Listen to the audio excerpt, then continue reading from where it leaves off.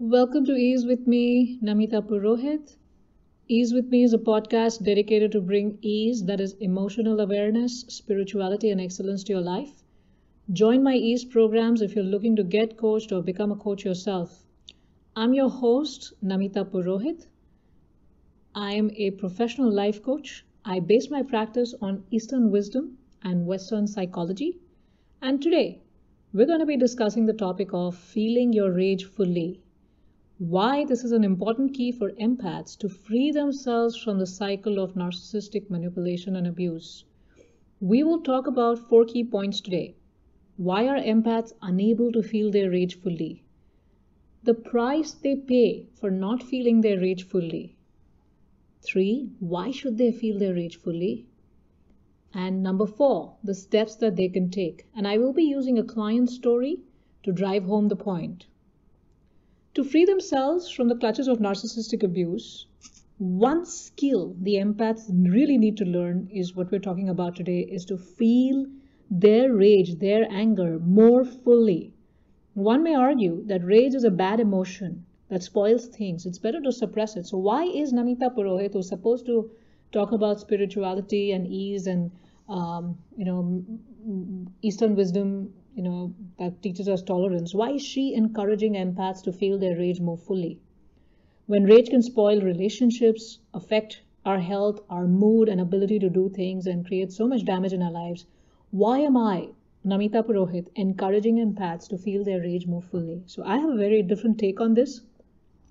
I say that more than half of the human adult population has felt or currently deals with something that triggers rage from within them. And for many of us, we've never been taught how to deal with this very complex emotional experience of rage. In fact, most of us don't understand what rage is, or are terrified when trying to deal with it or express it when it appears. This way of relating to rage, unfortunately, becomes that biggest problem area for all of us, and especially for empaths. Rage is a feeling that often gets triggered when there's a perceived or a real boundary violation. The threat of abandonment or neglect, or the threat of something traumatic occurring either to yourself or to someone or something that you care deeply about. Now, in a way, when you feel that rage in that perceived real boundary violation or that threat of abandonment or neglect or that bad behavior or whatever that's happening, that rage that you feel actually is protecting you from that situation, from that traumatic situation. It's telling you there is something uncomfortable out there that's causing you to feel angry. And so that anger is actually relating to not that, oh, you're supposed to tolerate the situation, but it's telling you that there is something very, very toxic, very uncomfortable, may not be toxic, but very uncomfortable out there for you. And you need to protect yourself from it. So you need to listen to your emotions and feelings. Now, however, a lot of us, and especially empaths, who are always trying to be at their most perfect behavior, they grow up learning that rage is bad. They believe that those with good virtues learn how to tolerate every situation in life, and that they should always be in balance and control and give people the benefit of the doubt and never feel angry ever, because anger is wrong, anger is irrational, and that they must keep the balance and keep everyone around them happy. If anyone's unhappy around them, angered, angry, triggered, sad, whatever, the empath takes full responsibility in owning up the emotions that the other person is feeling and doing their best to bring them back to that calm, happy state that they are or they're capable of. Now, why are empaths unable to feel their rage fully? So let's try to understand that, right? I said we'll be talking about these 4 things. So the first thing is, why are they unable to feel their rage fully? And I'll share a client story to address this, right? So we'll first go through this client story and then we'll try to understand 2 reasons why empaths are unable to feel their rage fully.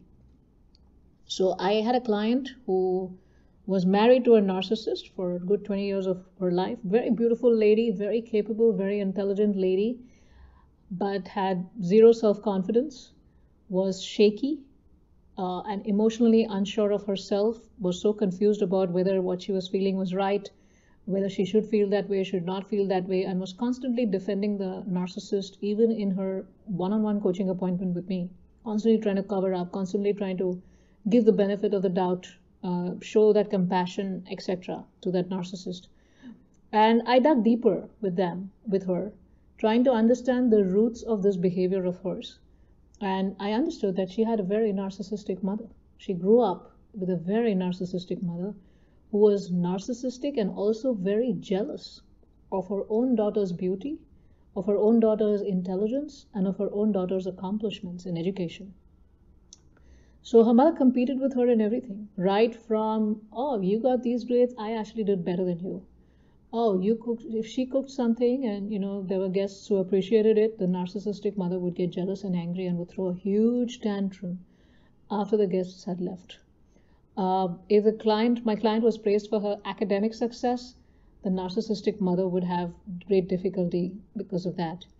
And whenever my client spoke up and protested against her mother's behavior or called out her mother on her behavior, her mother would lash out at her and play victim. Like, how dare you speak to me like that? How dare you say this to me? How dare you accuse me of that? Even if my client said it very respectfully, the narcissistic mother never, ever acknowledged my client's emotions and feelings. And in fact, this became reactive abuse. Like when the victim who was abused is speaking up for herself, the narcissist would act as if they were the ones being abused. And this is reactive abuse. I've already done a full podcast on that and have a huge blog post on that you can refer to, right? And when my client's father would try to protect her, the mother would create a scene and create a very toxic atmosphere at home.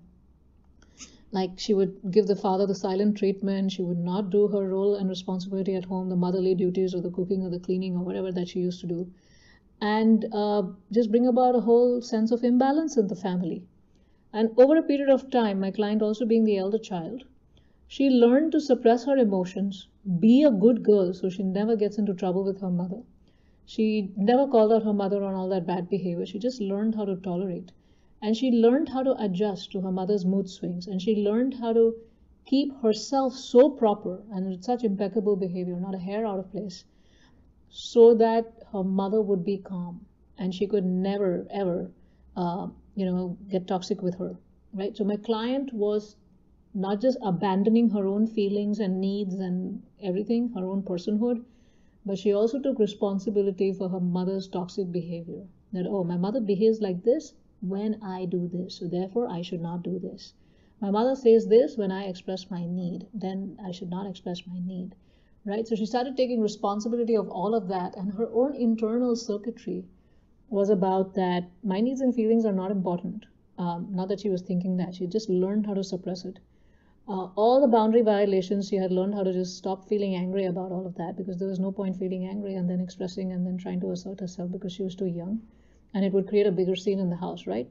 So my client learned how to be a perfect partner, a perfect empath to a narcissist. So when she was getting engaged, she felt discomfort when she met this person, and she met him a few times and dated a few times before, but she had learned, but because the mother had wanted her to get married to this person, so then she just got married to this person because she didn't want to get into trouble, and she had learned how to neglect her own inner gut feeling, her own inner voice telling her something was wrong, telling her that, giving her this huge signal that something was wrong. But my client had just learned how to suppress all of that and not feel any rage. And so she got married to a narcissist who abused her. Now, what do we learn from this? What do we learn from this story? We're still at this point of why is an empath unable to feel their rage fully? So why is this empath, this client of mine, unable to feel her rage fully? One explanation, as we've understood, is that this childhood, where the individual was not allowed at all, or was rather not just not allowed, but penalized when they expressed their needs and emotions. And they were held responsible for the behavior of adults around them and the triggers, etc. And they have been reprimanded for expressing their likes and dislikes and held responsible for everything. So that's one reason. The second reason is that because of their samskara, maybe from this lifetime or previous lifetimes, empaths tend to suppress their anger and hatred towards others. They think it's wrong to feel angry. Everyone is worthy of respect. I must respect everybody. And they use that compassionate nature and the very self-imposed high standards of perfect behavior that we talked about and standards of integrity to understand the other's motivations and to be compassionate. Oh, they're doing this because they don't know better. I can help them, I can this thing them, and all of that, right? And this also enables them to ignore their own pain and fear of causing harm and disconnection, because whenever they speak up, they are blamed for not being compassionate, not being empathic, not having integrity, not having tolerance, and they want to live up to that image that no, I'm tolerant, I'm compassionate, I'm all of those things. And when they don't like being called out for that, and the narcissist knows that really well, and they use that weakness of the empath, and they call them out that, oh, see, you're not being compassionate, and then the empath learns how to not speak further because they really care about being seen as this compassionate person. Now, what happens to an empath when they don't feel their rage fully, right? Now, what happens to them? Why do they lose, right? What happens to their mind? What happens to their body? So now empaths feel it's their responsibility to maintain that peace and stability in their relationship. Just like my client learned it with being with her mother, and then also learned it with being in that marriage. And a lot of empaths out there I have seen, and sometimes I'm like, why can't you see what you're doing? Is that no, every situation where the narcissist lost their cool, I'm supposed to learn from it and do better, right? So they keep taking responsibility to maintain that peace and stability in their relationship with a narcissist, despite all that emotional pain and abuse they endure and all the boundary violations, and that teaches the narcissist to do more.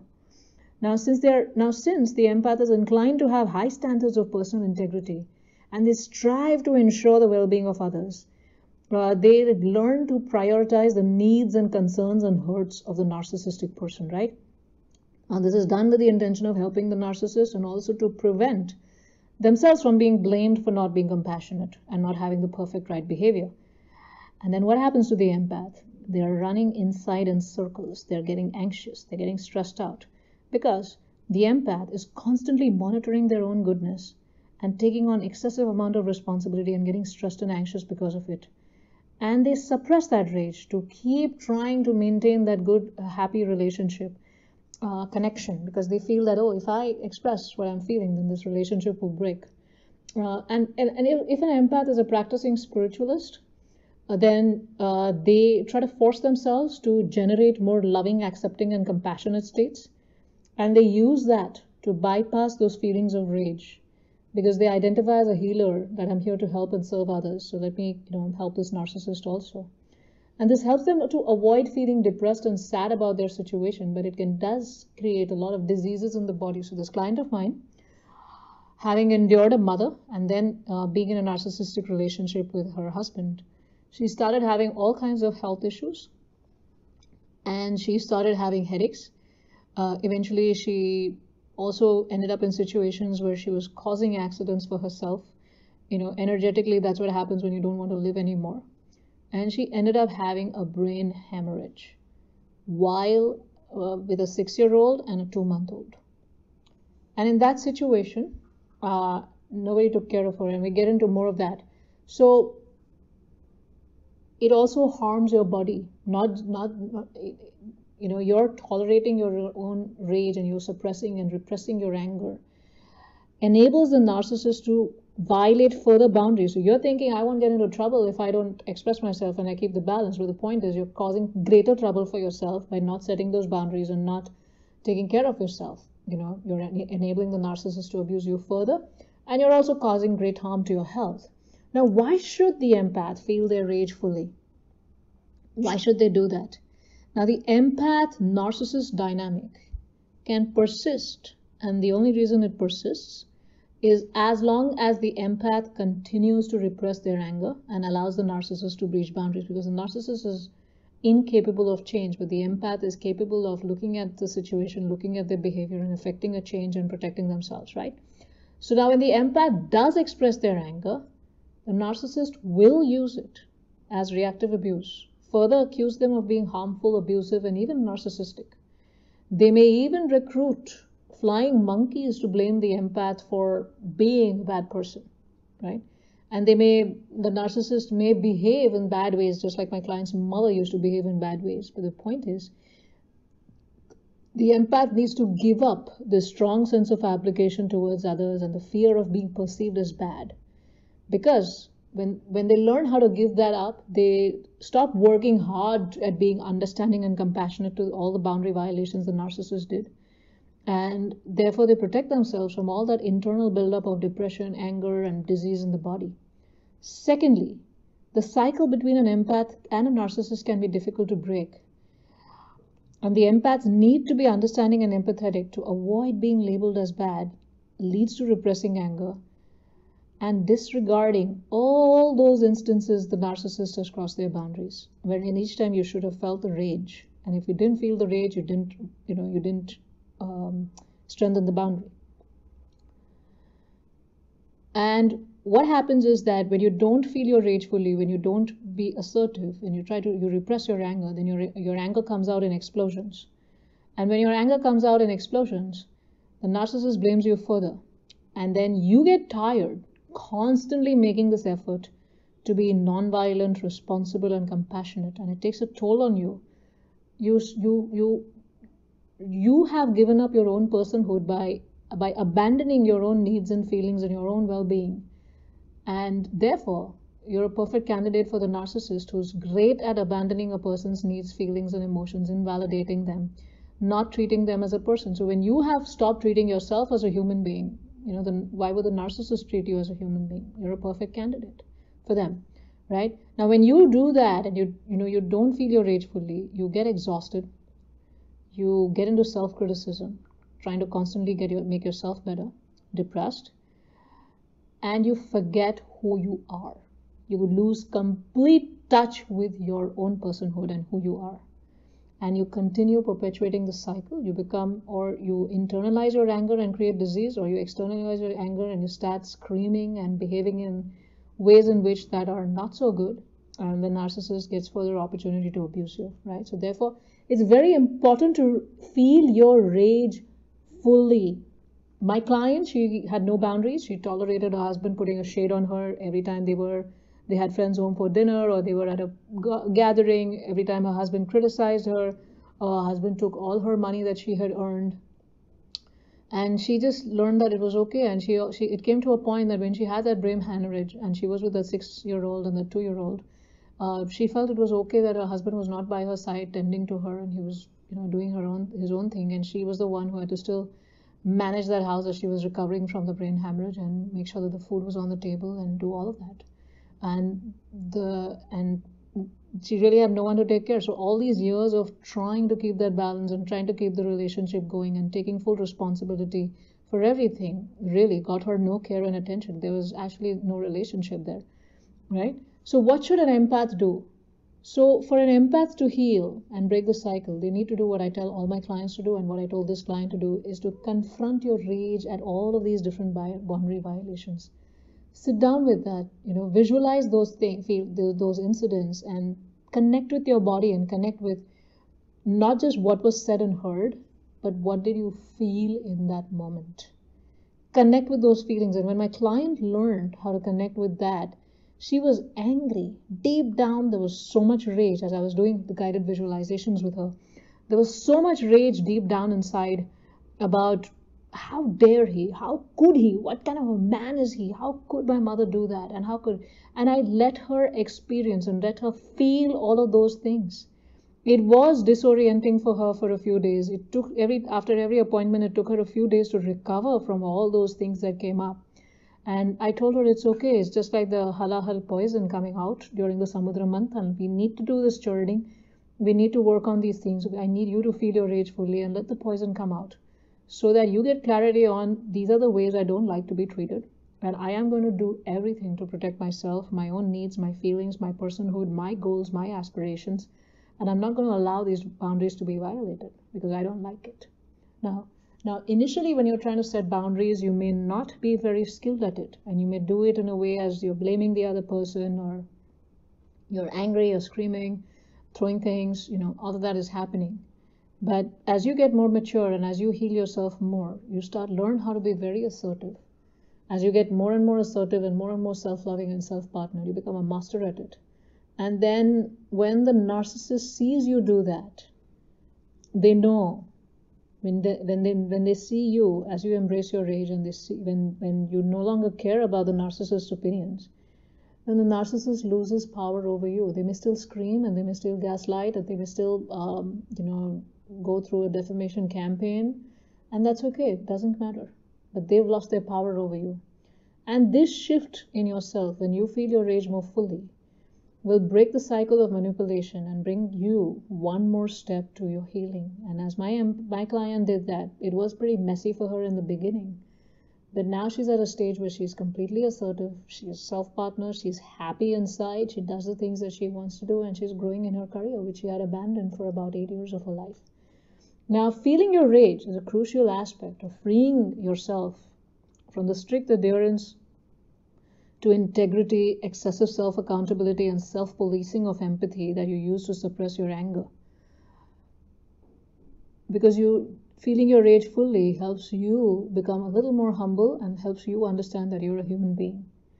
And this is part of the healing process, and it will empower you to be stronger, more complete, and better equipped to set boundaries and receive care, while still being an authentic and effective empath and healer towards other people. So you can still be kind and still be considerate while having good and strong boundaries. And better boundaries lead to better relationships, because boundaries does not mean that you're cutting off from people. Boundaries means you are telling people that this is how I can engage with you, this is how I can connect with you. So in fact, you are open to connection, and you're telling them this is how I can work with you. Yes. At Ease Life Coaching, we teach our clients how to recognize these signs of toxic relationships. I mean, it's a playbook that the narcissists use on the empath, and all the empaths go through the same patterns. And then we have really amazing steps that we teach our clients using Eastern wisdom and Western psychology. Therefore, a lot of our clients actually heal themselves much faster than they would have if they would have gone to regular mainstream therapists. Because we use some very special techniques to help you come out of it much sooner. And because the empath also feels a lot of rage towards themselves for not feeling that rage or not setting that boundary or allowing themselves to be mistreated. And we have systems to help you deal with that in a much faster and a cleaner way. Because we work at the level of the body, the energy, and the mind. And we've helped so many of our clients understand and heal their own vulnerabilities in narcissistic relationships, so they're no longer susceptible to the manipulative tendencies of a narcissist. We help our clients develop an adult response to things, and feeling your rage fully is an adult response to the beginning and the first step to your healing. So I wish you the very best in your path to liberation from the pain and trauma of being close to a narcissist. And I look forward to seeing you inside. For those of you who are interested, you can check out the program at bit.ly/easeacademy, or you can go to my website www.namitapurohit.com, and you can click in the menu, you can click the link for getting coaching for yourself, or as you scroll on the website, you'll find a link for the self-mastery program, or where you can get coaching for yourself. We have another program where you can become a coach. So those who want to help other empaths come out of narcissistic relationships can learn the skills of becoming a coach. But I think you first want to work on yourself, and it's better you join the coaching program first to get coaching for your own self and to work on your own self, become healed and whole, glow and grow with ease. And also don't forget, so go to my website www.namitapurohit.com, or the link in the description below, and don't forget to subscribe to this channel of mine on YouTube so that you can receive notifications for my videos and my podcasts and all the updates from me. So this is Namita Purohit signing off, and wish you a very happy life ahead.